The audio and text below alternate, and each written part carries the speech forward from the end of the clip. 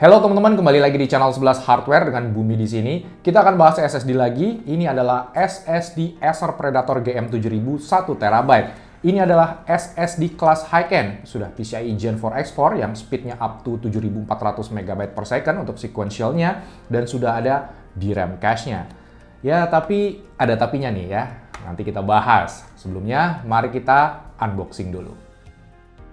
Box SSD ini terlihat cukup sangar dan Acer Predator banget. Di bagian belakang ada keterangan speknya. Namun sayang, ini adalah spek untuk versi 2TB-nya. Karena yang 1TB maksimum speed sequentialnya mencapai 6400 MB per second aja. So, inilah packaging dalamnya. Di sini kita dikasih satu buah baut M.2 dan ada panduan manualnya. Lalu ini adalah unit SSD-nya. Acer Predator GM7000 ini menggunakan PCB berwarna hitam dan ada cooling pad yang cukup tebal yang diklaim Acer sebagai grafin. SSD-nya ini bertipe single side, lalu untuk stiker garansi, PT AGS menempelnya di bagian belakang PCB. Oke, selanjutnya kita buka dulu cooling pad yang menempel ini. Bisa kita lihat terdapat dua buah NAND flash memory, satu buah controller SSD, dan satu buah DRAM cache. Kontrolernya ini menggunakan Innogrid IG5236, sebuah controller high-end yang sudah support PCIe Gen 4 X4, protokol NVMe 1.4, dan support sampai 8 channel NAND flash. Controller ini akan head-to-head dengan Phison E18. Innogrid sendiri didirikan oleh bekas karyawannya Marvell, so Innogrid ini diisi oleh orang-orang yang capable di dunia semikonduktor dan storage. Untuk DRAM cache-nya ini menggunakan chip dari BWin yang sepertinya ini adalah produk rebranding. Kemungkinan DRAM cache-nya ini menggunakan chip dari SK Hynix 1GB DDR4 3200. Lalu untuk NAND flash-nya ini ada dua buah chip yang per masing-masing chipnya berkapasitas 512GB. NAND flash-nya ini menggunakan Micron 176 layer B47R 3D NAND TLC. Ini adalah NAND flash populer yang udah nggak usah lagi diragukan kualitasnya. Untuk spesifikasinya, Acer mengklaim speed sequentialnya mencapai 7400 MB per second untuk read dan 6400 MB per second untuk write. Speknya ini sesuai dengan kapasitas controller dari Innogrid-nya. Untuk random read and write-nya juga kenceng, mencapai 1 juta I/O operation per second, sudah masuk standarnya SSD PCIe Gen 4 kelas atas. Sedangkan untuk TBW di versi 1TB ini mencapai 600 TB.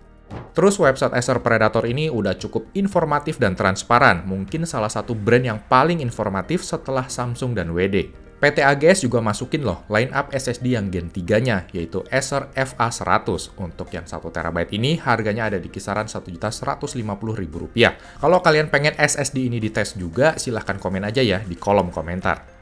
Oke, sekarang kita akan tes SSD-nya. Kami pasang SSD ini di slot M.2 utama seperti pengujian-pengujian lainnya di Mobo M-ATX Asus ROG Crosshair Gen. Kita coba pasang SSD ini pakai cooling pad bawaan tanpa menggunakan heatsink bawaan Mobo. Ekosistem testbed kami yang sempit ini nampaknya bikin cooling pad dari Acer Predator ini kewalahan. Suhu SSD bisa mencapai 93 derajat Celcius dan benchmark dari Crystal Disk Mark 8 ini pun tidak optimal.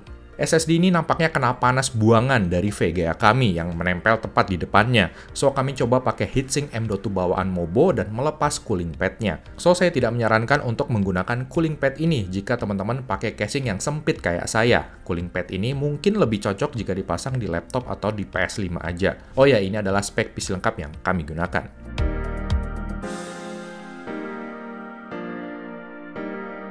Di pengujian pertama, kita akan tes sintetik menggunakan Crystal Disk Mark 8 dan 3D Mark Storage Benchmark. Semua pengujian dilakukan di SSD yang kapasitasnya 0%.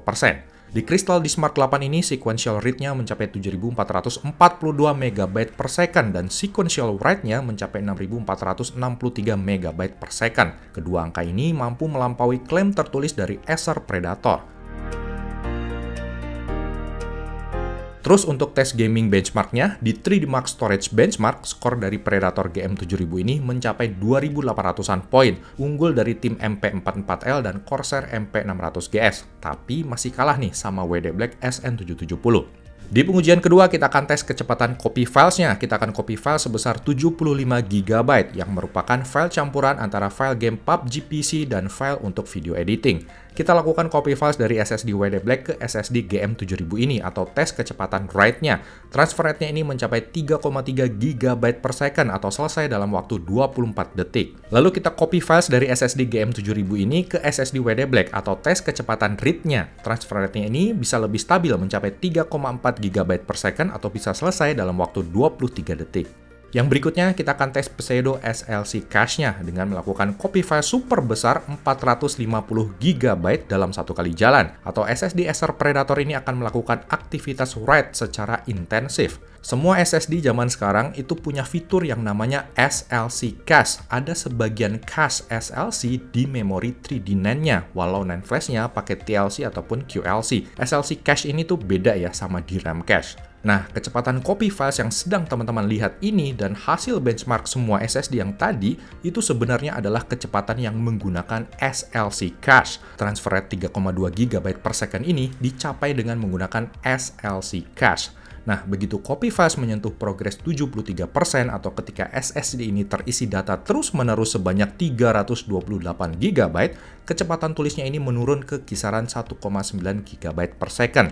Ini adalah momen di mana SLC cache-nya sudah habis, sehingga controller pun akan bekerja ekstra keras menulis data langsung ke NAND flash-nya. Sekaligus controller berusaha untuk mengosongkan SLC cache dan dipindahkan ke NAND flash-nya. Ketika progres mencapai 92% atau ketika SSD ini terisi data 414 GB secara terus-menerus, transfer rate-nya ini tuh turun lagi ke kisaran 900 MB per second atau inilah saat di mana SSD sudah sepenuhnya menggunakan TLC write.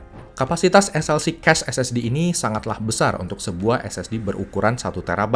SLC cache-nya mencapai 328 GB, jauh meninggalkan SSD brand lain yang pernah kami tes. Kapasitas SLC cache yang mencapai 328 GB ini hanya terjadi kalau kita melakukan aktivitas tulis secara terus-menerus dalam satu kali jalan aja ya. Kalau kalian pakai sehari-hari nggak akan begini karena controller akan selalu menjaga SLC cache-nya supaya terisi kembali, walau akan semakin tipis ya seiring makin penuhnya kapasitas SSD.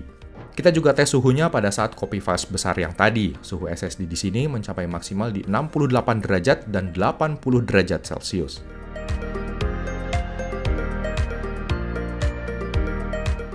So, menurut saya Acer Predator GM7000 ini adalah SSD yang bagus secara performa. Speednya kencang, kontrolernya bagus, NAND flash-nya bagus, ada DRAM cache-nya, udah gitu SLC cache-nya juga gede banget. Packagingnya juga udah lumayan oke gitu ya. Cuma dari harganya aja nih, dari harganya tuh dia kalah saing sama pesaing-pesaingnya di kelas yang sama seperti Samsung 980 Pro, kemudian dari Kingston KC3000, kemudian Adata GMX X70. Ini harganya masih terlalu tinggi. Ya kita berharap PT AGS tuh ke depannya ya bisa melakukan sesuatu dengan harganya, menyesuaikan harganya.